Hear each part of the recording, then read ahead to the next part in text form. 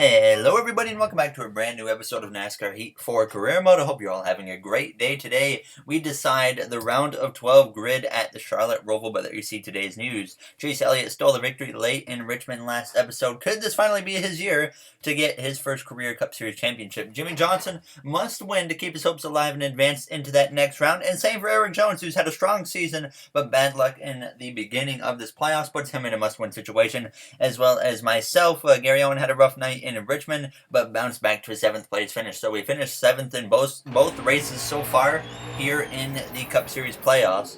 But now we come to the Truck Series for the start, actually, of, I think, the Truck Series playoffs, or this is either the final regular season race, whatever it is, but I can confirm we're going to have Greg Biffle in the truck for the playoffs. I think we're just going to kind of go with the experience route for this season, but Greg was actually in the truck here in Canada, and he had struggled a little bit, obviously this being my home track here in the NASCAR schedule, but Greg, like I said, he started towards the back of the field, but he had worked his way forwards as this race went on. You see quite a bit of damage, actually, though, on the front of the truck, but he would come through to cross the line there behind Tyler Dipple for a P13 finish here in Canada. So it was a decent finish for him now as he came through into the Charlotte Roval weekend, where we now had subscriber Logan Davis Hay in the car as he came through, starting about midfield here in the Charlotte Roval. The car actually wasn't fully upgraded in this road course package for the car, unfortunately, but it was still good enough to actually run competitive as it came through to past the midway point of this race, getting into the back there of the 51 of Jeremy Clements. But Logan was moving his way forwards as this race went on, and as it came through now to the final lap of the Charlotte Roval, through down into the final chicane, getting up the inside of Jeremy Clements and made contact a little bit there on the exit, but he comes through to cross the line to finish P10 here in the Charlotte Roval. So a decent finish, but I can confirm we're on the outside looking in right now on the Xfinity grid, and hopefully we can move our way forwards. But come to the Cup Series for myself now, in through qualifying through that final chicane, getting some air there as we come through to cross the line to 1:18.143, and we go P10 here for the Charlotte Roval in qualifying. So a decent qualifying effort. We've never won at this racetrack, and hopefully we can do that here today with Ryan Blaney on the pole. We're back in North Carolina for the Bank of America ROVAL 400. Now, after today, the playoff field will go from 16 to 12. To advance, drivers will have to tame the ROVAL, which combines the infield road course with the traditional mile-and-a-half oval. NASCAR playoff racing is up next. All right, thank you, Rick Allen. We're ready to go green here for the Bank of America ROVAL 400. We're about to decide the 12 drivers who will advance into the round of 12 here in the second round of the playoffs. Jimmie Johnson, Erik Jones are two of the big names on the outside looking in right now. Michael McDowell is also on the outside looking in, and then there's another driver that's not very good as well that's on the outside looking in. Now as we are underway here at the Charlotte Roval, we are ready to decide the round of 12. Hopefully we can be up here at the front throughout this race and have a chance at winning as we go down into turns 1 on this opening lap here in the Charlotte Roval. Now there you see our teammate of Clint Boyer, the one SHR driver that did not make it to the playoffs, unfortunately, so obviously he has nothing to lose at this point in the season as we're up the right hand side of our Stewart Haas Racing teammate. Right on the back there of the 19 of Martin Truex Jr. as we go down this first little straightaway here. Boyer gets clear of myself as I was deciding to kind of play a little bit cautious here on these opening laps now, as I didn't really want to make a silly mistake now, as obviously we've had a bit of a history here in the Charlotte Roval so far in my Cup Series career where I've just kind of damaged the car unnecessarily with a silly move, getting on the throttle too early, and then we end up costing ourselves a race. So I kind of had a different mentality coming into this race. I was trying to play it safe and just kind of survive the Charlotte Roval, and then just hopefully work our way through traffic here and there. Now as we're up to P9 after passing our teammate of Clint Boyer, now as we go down into the bus stop for the first time here. Obviously the brand new configuration compared to NASCAR Heat 3 is we're going to try and get to the outside of Truex, but didn't quite make it work because we went into oval turns 3 there, as it was a 12 though. Brian Blaney leading the way over second place of Chase Elliott, who won last episode at Richmond. So Elliott obviously locked in to that next round. Now as we go a little bit wide there in the chicane, a bit of a mistake on my part now as we come through to complete that first lap. We came through out of turns 1 heading down towards turns 2, and we lunge up the right hand side now of Martin Truex Jr. as we try to take over the 8th position. Sure enough, we would complete the pass here on lap 2 of 5 in the first stage, and then as we came through towards the end of lap 2, a big group of cars right in front of us, Kyle Busch, Bowman, Harvick, and Hamlin all together. I hop on the opportunity. We pass Hamlin, we get up the inside of our teammate of Harvick, and then we get up the inside of Alex Bowman, and all of a sudden we have gained about 3 positions positions as we go down through turns 2 here, down towards turn 3. We're up in the top 5 behind 4th place of Kyle Busch. At this point, Jimmy McMurray was actually running second now, just in front of Chase Elliott as we come through the corner, so closing in now on the back of Kyle Busch. And as we came to just 2 laps to go on the stage, Blaney's still leading with a very large lead because McMurray was holding up everybody. So myself and Kyle Busch were closing in on the back of Elliott and McMurray as we came through now out of oval turns 2, heading down this back straightaway towards the bus stop with a lap and a half to go here. And the first stage of 40 of McMurray goes spinning from second place through the bus stop there, and then we go sliding on the exit of the bus stop, and somehow we keep it out of the wall and keep things straight. No caution would be called. McMurray would just kind of limp his way back to the pit lane as he was not turned by Chase Elliott. He was not turned at all. He just completely lost a tire or something, and then obviously I lost it, getting way too aggressive. So we dropped down to P7 as we came through on this final lap of the stage. Truex lunges up the left-hand side through the bus stop now. As we exit the bus stop going down into oval turn 3, we hold off Truex for this brief moment of time as we come through oval turns 3 and turns 4. Ryan Blaney, he breezed his way through this first stage, especially with help from McMurray holding up everybody. So Ryan Blaney wins stage 1 here at the Charlotte Roval, not in the playoffs. Keep that in mind as we come through to cross the line to get P7 here on the stage. Easily should have been, what, P4, I think, in stage 1. So that was a bit of a wake-up call for myself now, as hopefully we can clean that up here in stage 2 and not make that mistake again, as we would not have to come to the pit lane at the end of stage 1. So we would get ready to go green here from the 7th position. Jimmy Johnson and all the other drivers that need to win their way in, nowhere even in consideration. So right now it looks like the 4 drivers that came into this race on the outside looking in are going to be the same 4 that get eliminated. Ryan Blaney and Chase Elliott, 2 young drivers ready to lead the way to the green flag here at stage 2 now that is underway. 5 laps in the second stage, just like stage 1. As you go down into the corner, Elliott does not have a great launch there as we get into the back just a little bit of the JGR driver of Denny Hamlin now as we're up the left-hand side of Alex Bowman. Bowman has certainly turned it up a little bit, it seems like, here in the playoffs after getting that win earlier in the season in Las Vegas Motor Speedway, locking him into the playoffs. He hasn't done a whole lot since then now. As we clear Bowman, though, on the exit of the corner, left-hand side of Denny Hamlin we are as we go down in through the right-hander. And obviously I don't really like to be on the left-hand side of someone through these few corners right here, but we do actually get through here safely without any issues, as Ryan Blaney already opening up a gap here on this opening lap of the stage. Now as we transition into the oval portion of the course, we clear Denny Hamlin, and now we're obviously up inside once again the top 5 at this point, just behind Kyle Busch, who has about 3 to 4 car lengths on me as we exit oval turns 2 as we go down this back straightaway towards the bus stop,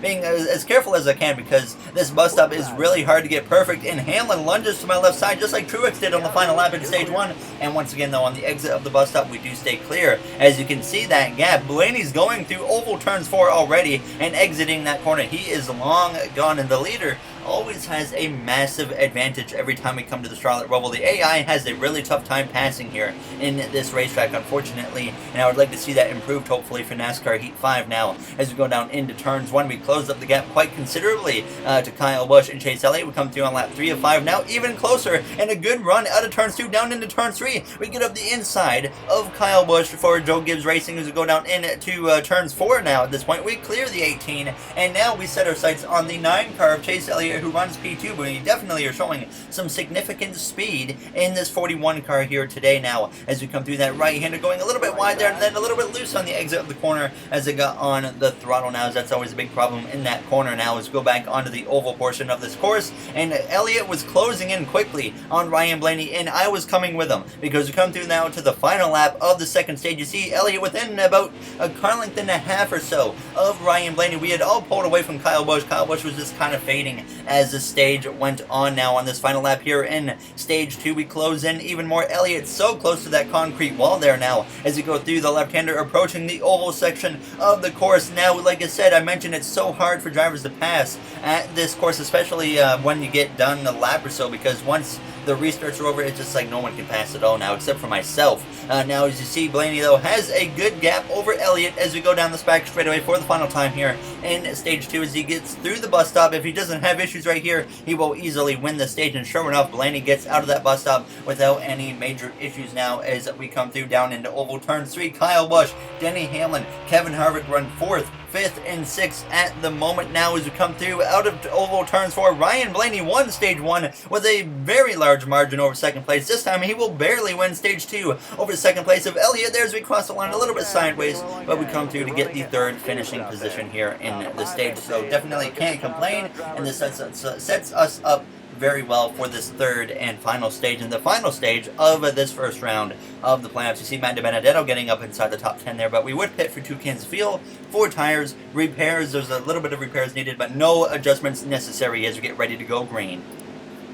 It's been a long time since Ryan Blaney has won in this career mode, but he looks to end that winless streak today as he leads away for this 3rd and final stage here in Charlotte as we go down into turns 1 side by side with the Hendrick driver of Chase Elliott. We clear him right away and take over the 2nd position as we come through now into the 2nd corner. It's been since the Sonoma road course for us since we've won here earlier this season. Now, as obviously the midseason just didn't quite go our way, and now we look to change that here, and hopefully we can get a win for the first time in the Roval. We've won at Watkins Glen. We've won at Sonoma. We've never won the Charlotte Roval, but if we can do that, then we'll have every road course checked off on our list. A win here would also give us win number 3 on the season. I think our most wins was last season, which was 4 in the season, if I'm not mistaken, as we head down into this oval section for the first time. And here, as you can see in the top left, this 3rd and final stage. If it goes green the whole way, it's going to certainly just be all about survival at this point now as we come through out of turn 2. But we usually do get a caution here and there, so I'm expecting a yellow to come out at some point now as we go down into the bus stop. We make a mistake and hit the blue turtle curb, and then the 9 gets into us, and we actually get put in the wall. Now we're into the 11 a little bit now as we drop down to the 4th position. A little bit of damage now on the rear bumper of the car as I just overshot the bus stop, and it's so easy to do that here. And I just hit the blue turtle curb and then bounced onto the next one, and it just did not go well. And then I go down into the chicane here and mess that up as well. But thankfully we don't get no penalty or anything, so we came through to lap 18 now, the next lap on the oval section once again, just trying to make sure I keep myself calm. But then we get a caution here for the first time in the 3rd and final stage. Well, 12 laps to go. Everybody was pitting because you can see in the top of the screen there wasn't enough fuel. So we come in to take half a can of fuel, no repairs, no tires, and we would come out here. And P3, Chase Elliott,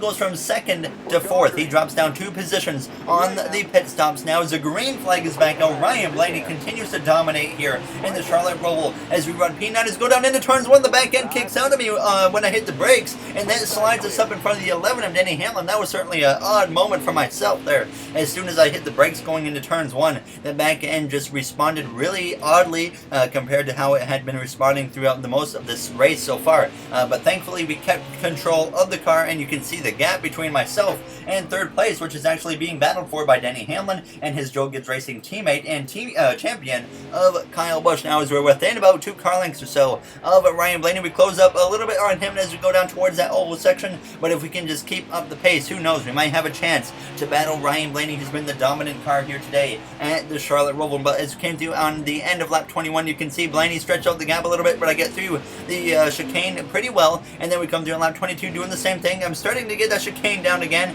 and now at this point as we came to 7 laps to go.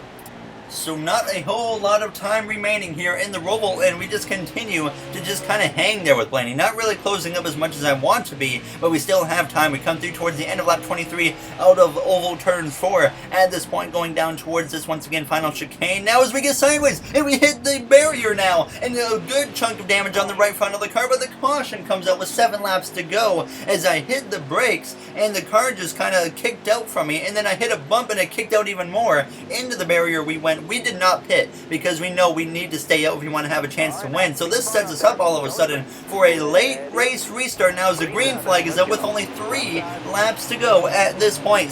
Quite a bit of damage on the right front. It was 4 seconds worth to be exact, so it's not like it's the end of the world. We still have a fighting chance. Now as we go down into turns 2, Hamlin in 3rd, Kyle Busch 4th and 5th belongs to the 9 of Elliott as we're up the right hand side into turn 3 of Blaney. We want to take that lead as quickly as possible. We know he has the fastest car, but if we can just get clear clear of the Penske driver, we might have a shot to hang on for the victory. Now, as we're still side by side down into turns 5 at this point, into turn 6 as well. He is not going to give up that lead, but we clear Ryan Blaney and take over the first position here in the Charlotte Roval. All of a sudden, our own mistake might pay off for us very well. We came down to the bus stop now on the back straightaway, being very defensive, knowing that that's a good opportunity for Blaney or Hamlin to now lunge up the inside. As the Hamlin's right in this battle with Blaney's. We go down into oval turn 3. They're battling behind us side by side, which is exactly what I like to see.